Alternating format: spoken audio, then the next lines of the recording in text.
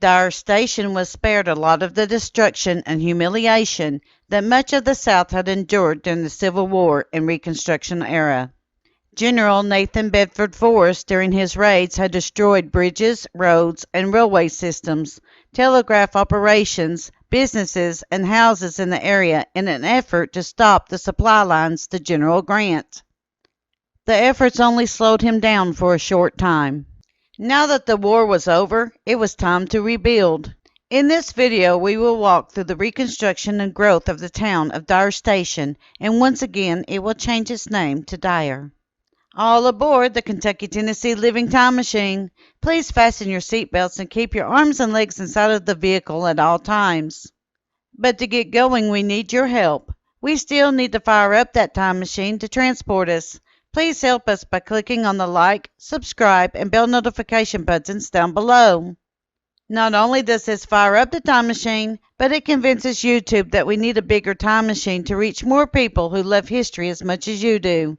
Now, back to our story. The 1870s through the 1880s.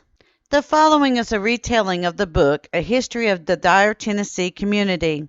The leaders of Dyer Station had a forethought to lay down a solid foundation for the town so that the future growth could take place. The Methodist Church.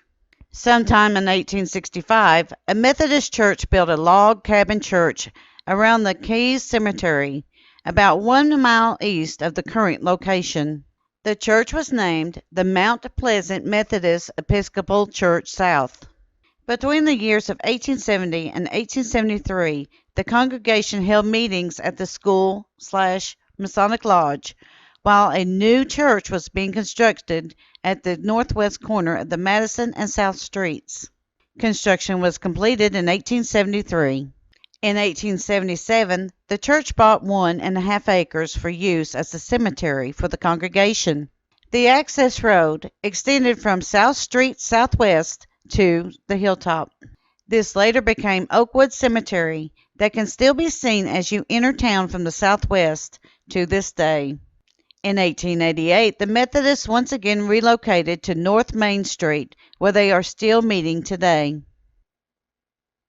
The Free and Accepted Masons. The community formed a Free and Accepted Masonic Lodge number 351 on October 8, 1867. The group was organized under the leadership of J. M. Coulter as worship master, W. B. Halliburton as senior warden, and C. C. Street as junior warden. In 1868, the Masons with the Methodists and trustees of Dyer Academy constructed a hall to hold meetings in. This building is also used as a private school. There are no records remaining of attendance, faculty, or courses. This building was burned in 1878. The state of Tennessee had a push for a statewide public school system. In 1870, the first public school was constructed. The new school was a one-room schoolhouse with a rough lumber desks and seats. Each student was given a slate and a couple of textbooks. It is thought that the Old Blueback Speller and McGuffey Reader were among those books. The building was located on the north side of the current elementary school playground. It is thought that this was the same building erected by the Masons and Methodists in 1868, which burned in 1878. It was rebuilt on the same site, and a later addition was added, making the building an L shape. The Pleasant Grove Church. Sometime in 1869, the congregation of Pleasant Grove Church moved its location from their log lodgings to a place northeast of the town near the present site of Cumberland Presbyterian Church. Benjamin Bobbitt deeded the 4 acres of land to the congregation. As stated on the deed, the land went from a ditch, which is now part of a concrete lined storm drainage system, to the Joe Hall property on the north. The building set off from the edge of the property on College Street by 200 feet. The doctors of Dyer Station. In cases of illness or need, the doctors would saddle their bags and head off with a few instruments and needed drugs to the places they were summoned. Payment often consisted of a dozen eggs, milk, or fresh vegetables rather than money. Such was the way many country doctors were paid back then. Dyer Station was pleased to have its first permanent resident doctor, named Dr. James Haskins Drain. He set up his practice in Dyer Station in 1869. Drain had just finished his medical training at the Tennessee Medical School in Nashville, Tennessee. Drain had fought for the Confederacy and never took the oath of allegiance to the Union. In 1871, Dr. Alexander W. Stevenson also began his medical practice in the small town of Dyer Station. Both doctors were said to have distinguished careers in the town for many years. By 1881, there were 5 physicians, 1 dentist, and 1 druggist in Dyer Station. Serving the community were Dr. G. W. Callis, Dr. J. H. Drain, Dr. E. T. Love, Dr. W. T. Melding, and Dr. A. W. Stevenson. Acting as the town dentist was Dr. R. T. Davison, and the druggist was Mr. J. W. Wilson. In 1887, B. G. Beer's map of Gibson County shows that there was a residence for Dr. Gerald in Dyer Station, but it is not known if he stayed in the area for very long. Flour mills and foundry. In 1875, a flour mill was established by J. M. Hutchinson and J. L. Berry. This business expanded to include the flour mill, cotton gin, and sawmill in 1887. The cotton gin expansion was a partnership between Hutchinson and N. P. Vincent. Edmund Keeley migrated to Dyer Station from Philadelphia, Pennsylvania, where he bought a tract of land and established a water grinding mill sometime in the 1870s. This mill was used to grind wheat and corn into flour or meal. R. H. Hearn's Foundry was located where the box factory stands today. The machine shop was operated by Mr. Hearn and his son for several years. Several more businesses.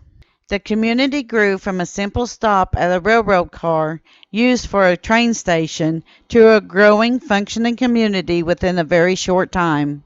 The relationship between the farmers of the area and the Mobile and Ohio Railroad were never fully realized and could have caused the small town to grow into a city of its own if it had been. The book, A History of Dyer, Tennessee Community, lists several businesses that were in operation in 1881. This list comes directly from the book and should be seen as a direct quotation. R. M. Ashley and Company, manufacturer of plows, farms and mills, wagons, and blacksmithing. J. L. Berry, general store. A. A. Black, undertaker and coffin maker. Bobbitt and Vaught, dry goods. B. F. Bobbitt and T. K. Vaught. J. N. Brady, mill. J. C. A. Greer, constable. W. H. Hall, blacksmith. William B. Hardy, livery stable. Haste Brothers Grocery. W. A. Hearn Foundry. W. S. Howard, general store. J. M. Hutchinson's gin and mill. Hutchinson and Company, general store. Edmund Keeley, mill. John Milligan, shoemaker. Overall and Company, general store. J. W. Wyatt, hotel. The first brick building. The business district began to change in appearance when J. M. Hutchinson erected the first brick building in Dyer Station. It was located on the corner of present-day Main and College Street. At the time, the Hutchinson Building was the only business located in the area of Dyer Station. This building stood until 1927 when it was razed to the ground. In its place, the R. B. McDaniel Building was put into its place as the location used to be Vine Street and considered to be back street to Dyer at the time. Vine would later turn into Main Street. Mr. Aiken recalls his time in the book as a bricklayer and how the bricks of the Hutchinson Building was constructed by hand using old-fashioned mud mill powered by mules. Mr. Aiken also recalls how he helped to make the bricks for the school building, West Tennessee College, and the Owens Building, where the newspaper was located, the Methodist Church on Main Street, and the Cumberland Presbyterian Church. Politicians. J.B. Biggs was the chairman of the County Quarterly Court in 1881, and Mr. Samuel H. Thomas was the express agent and the magistrate from Dyer Station. J. M. Coulter, who operated a planing mill in 1887, served as senator in the Tennessee General Assembly for 2 terms in 1871 and 1873. Name change. On November 29, 1882, the town of Dyer Station was shortened to Dyer by the U.S. Postal Service Department. This was in recognition for the 1883 Newport News and the Mississippi Valley Railroad that was constructed in Dyer County. And the independent growth of Dyer Station was not to be overlooked. Dyer, Tennessee, would be formally established in 1899. First Baptist Church and the Dyer Church of Christ. The First Baptist Church was founded December 1885 and met in the Methodist Church building with J. W. Gooch as its first pastor. In 1887, a lot was purchased from Mr.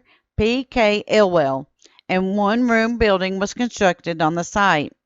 It was burned in the fire in December of 1937, but reconstructed, and the church still meets on this very same site today.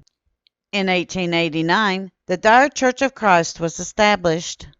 The congregation purchased the building and the land and was formerly occupied by the Methodist Church on the corner of Madison and South Streets.